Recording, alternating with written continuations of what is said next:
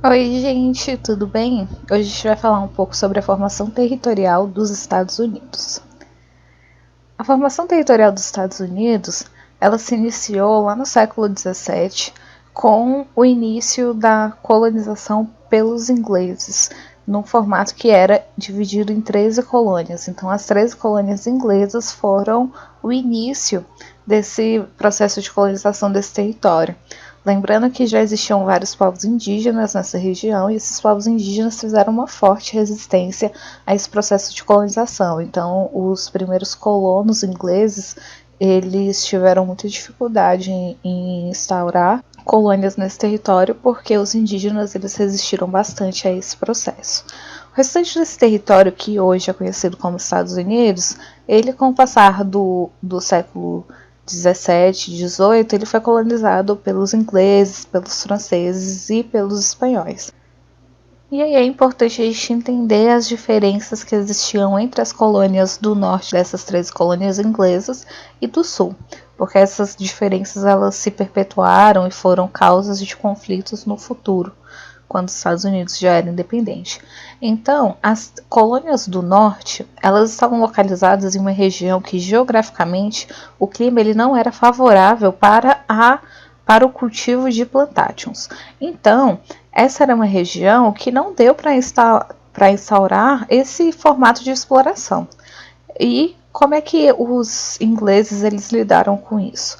Eles pegaram esse território e dividiram em porções territoriais menores. Então as propriedades coloniais nesse período elas eram bem menores, porque eles tinham que povoar aquele território. Eles precisavam de ter mais gente ali para conseguir garantir aquela colônia.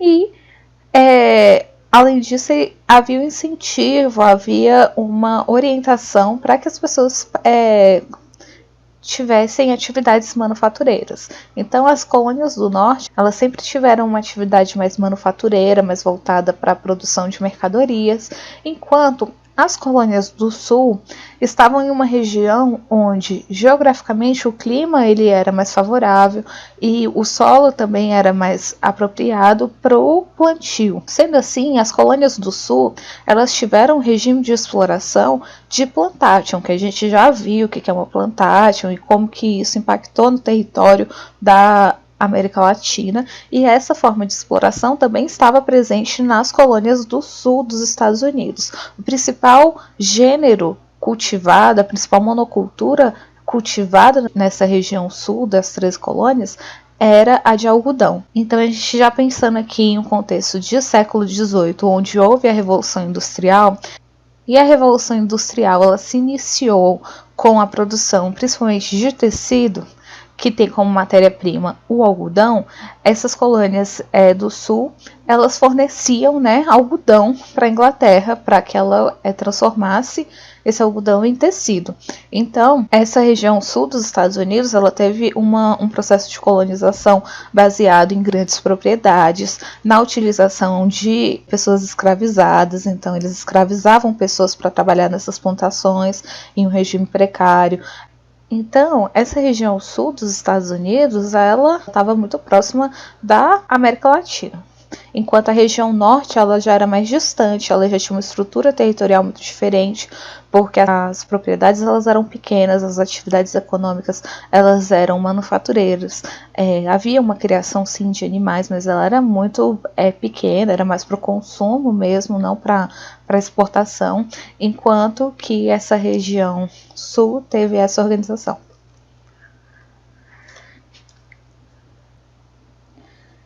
E aí, em 1776, a gente tem o fim da Guerra da Independência dos Estados Unidos.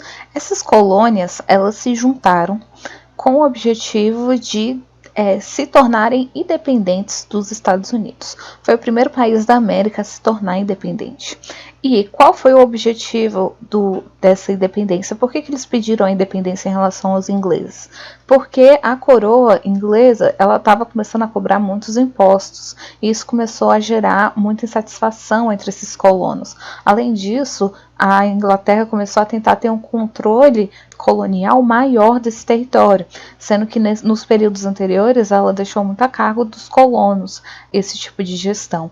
Então, a partir do momento que eles tentaram agir de maneira mais incisiva nesse território, os colonos eles não aceitaram e aí se juntaram essas 13 colônias para lutar pela independência. Pensando na Inglaterra, que era a maior potência imperial desse período, que era um país que estava liderando a Revolução Industrial, que foi essencial para a transformação tecnológica do mundo inteiro, como que esse grande império inglês ele perde uma colônia em uma guerra contra um território que é muito mais fragilizado.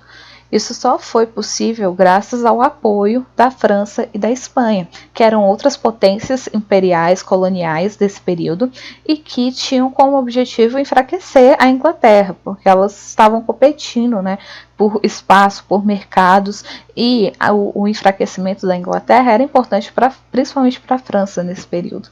E aí a França decide apoiar os estados, essas 13 colônias no processo de independência, e aí essas 13 colônias elas conseguem em uma guerra se tornar independentes, um país independente da coroa inglesa, da coroa britânica. E aí, a partir do processo de independência dos Estados Unidos, inicia-se o processo que a gente chama de Marcha para o Oeste. O território original das 13 colônias era esse aqui, ao leste.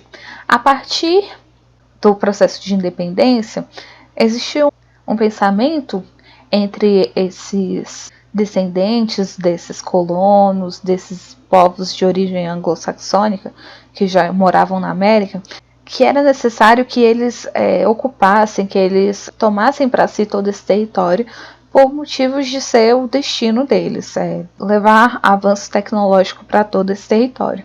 E a partir desse momento, inicia-se esse processo de marcha para o oeste, que seria a tomada de todo esse território, que hoje são os Estados Unidos, para esse país, então, que havia acabado de nascer. E aí a gente tem essa região que era uma colônia francesa, uma grande parcela do território dos Estados Unidos era uma colônia francesa. Eles conseguiram negociar com a França nesse período, no período napoleônico. Napoleão estava com a sua energia muito concentrada na Europa, né, estava invadindo vários países, e com essa preocupação com o território europeu, para ele era mais interessante vender e conseguir algum dinheiro com a venda dessa colônia e não ter que se preocupar em mantê-la, que isso também gerava um custo, isso também era um problema para eles em relação a exército, em relação a contingente que estava sendo utilizado na Europa. Então não era uma opção para Napoleão mandar uma tropa para cá, sendo que ele estava concentrado lá na Europa. E aí ele decidiu vender. Então todo esse território central aqui dos Estados Unidos, ele foi comprado da França. E aí os Estados Unidos também tentou negociar o território que era antes do México, tá? O México também conseguiu a independência.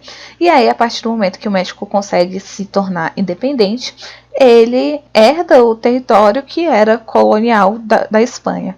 E aí os Estados Unidos ele tenta a negociação desse território, como ele tinha negociado com a França, só que os mexicanos eles não estavam dispostos a vender esse território. E aí começa a guerra contra o México, que vai resultar na perda do México desse território. Além disso, o Texas já tinha sido anexado antes dessa guerra com o México. Então, o governo mexicano ele incentivou que os estadunidenses ele colonizassem essa região onde hoje é o Texas, que tinha um contingente de indígenas muito grande. Então, eles tinham interesse de extermínio dessa população para fins de colonização. E aí, como eles não tinham condições nesse momento de fazer isso, eles incentivaram que os estadunidenses fizessem esse processo. Só que, com o passar do tempo, isso começou a gerar conflitos entre os estadunidenses que não aceitavam os impostos cobrados do México, que não aceitavam regras que eram impostas pelo México, principalmente voltada para a escravidão. Então, o México ele não permitia mão de obra escravizada e essa região do sul dos Estados Unidos utilizava utilizava escravos para suas atividades econômicas, então eles queriam manter isso, e aí isso gerou um conflito com o governo mexicano a ponto de os Estados Unidos anexarem esse território. E aí depois teve essa guerra com o México, na qual o México perde uma parte significativa desse território. Por isso que existem várias cidades nos Estados Unidos, principalmente nessa região oeste aqui, que tem nomes espanhóis. Então, por exemplo, Los Angeles. Los Angeles é um nome em espanhol, porque essa região ela antes era do México, então falava espanhol. Tá? E aí a gente tem alguns outros territórios que foram negociados com a Inglaterra, que passaram a ser parte dos Estados Unidos. A gente consegue observar em amarelo que essa região onde era o território do México. Então, a Califórnia, ela era toda do México, Novo México. Então, vários territórios onde hoje são os Estados Unidos era território mexicano. E aí essa marcha para o oeste acentuou questões que já existiam nos Estados Unidos.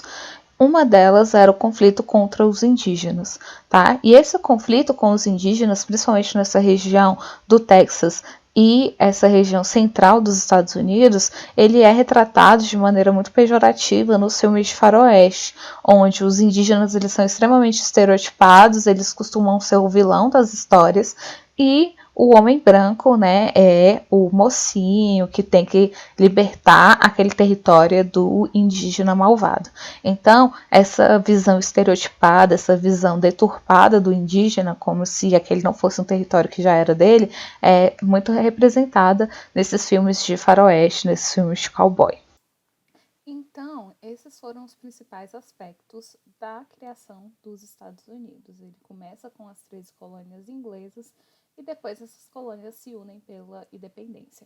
Após o processo de independência desse território, inicia-se a marcha para o oeste, que é o processo de expansão territorial que faz com que os Estados Unidos hoje seja o quarto maior país do mundo e que tenha conquistado vários territórios até conseguir chegar no Oceano Pacífico. Tá certo? E na próxima aula a gente vai ver um pouco mais sobre a Guerra Civil e sobre as características atuais dos Estados Unidos. Então, até o próximo vídeo. Tchau!